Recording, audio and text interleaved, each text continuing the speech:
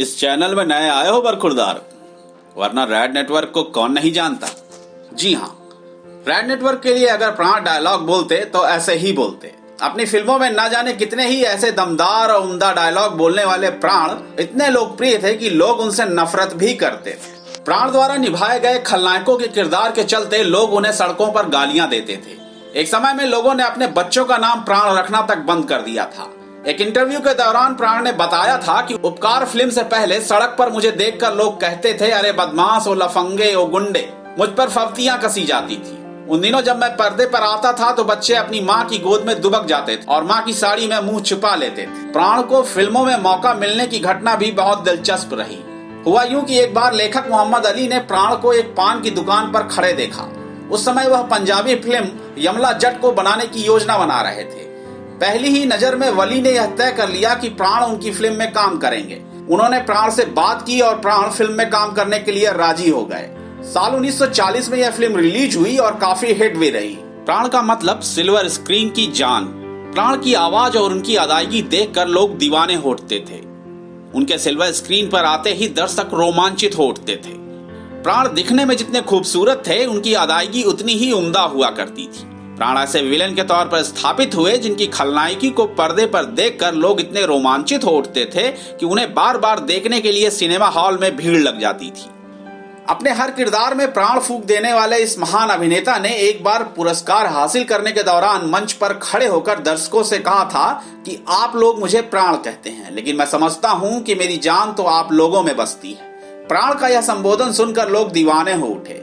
काफी देर तक वहां पर तालियां बजती रहीं। सच में प्राण इसी का नाम है। सिल्वर स्क्रीन पर जीना इसी का नाम है। खलनायकी के बेताज बादशाह कहे जाते थे प्राण। वैसे तो खलनायकी को हमेशा दूसरे दर्जे का किरदार समझा जाता है, लेकिन प्राण ने अपनी अभिनय क्षमता की बदौलत खलनायकों को भी दर्शकों के दिलों में प्रतिष्ठा दिलाई। कड़क और साफ आवाज, बेहद सदा हुआ तलफ्फुज, आंखों से टपकता हुआ अभिनय, चेहरे के भावों को खेलता हुआ कलाकार, नाटकीयता से भरपूर हर गेटअप में, हर रोल में अपना 100% देने वाले प्राण की जिंदगी की आज कुछ खास बातें आपके सामने पेश हैं।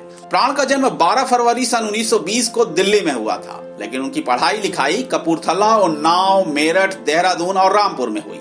दरअसल उनके पिता लाला केवल कृष्ण सिकंद सरकारी सिविल कॉन्ट्रैक्टर थे।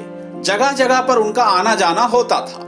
देहरादून में कलसी ब्रिज प्राण के पिता ने ही बनवाया था। आपको जानकर हैरानी होगी कि प्राण फिल्मों में आने से पहले फोटोग्राफी करते थे। लाहौर में तब उन्होंने फोटोग्राफी सीखी थी। यह आजादी से पहले की बात।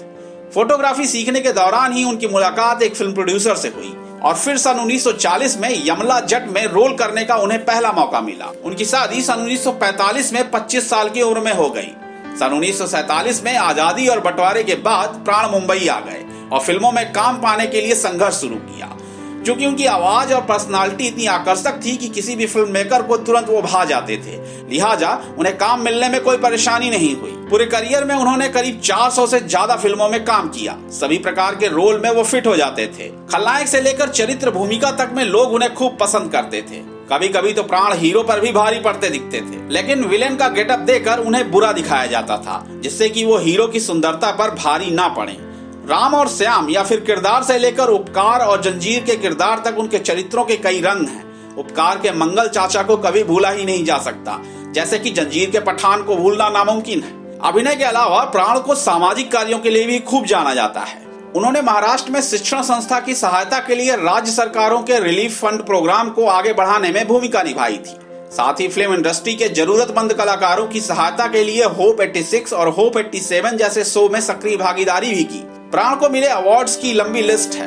उन्हें फिल्म फेयर के अलावा लाइफ टाइम अवार्ड और दादा साहेब फाल्के अवार्ड, पद्म भूषण सम्मान भी मिला है। प्राण की खेलों में काफी दिलचस्पी थी। फुटबॉल, हॉकी और क्रिकेट का उन्हें बड़ा शौक था। किताबें पढ़ना और अपने बेटे से प्यार करना उनकी हॉबी में शामिल था।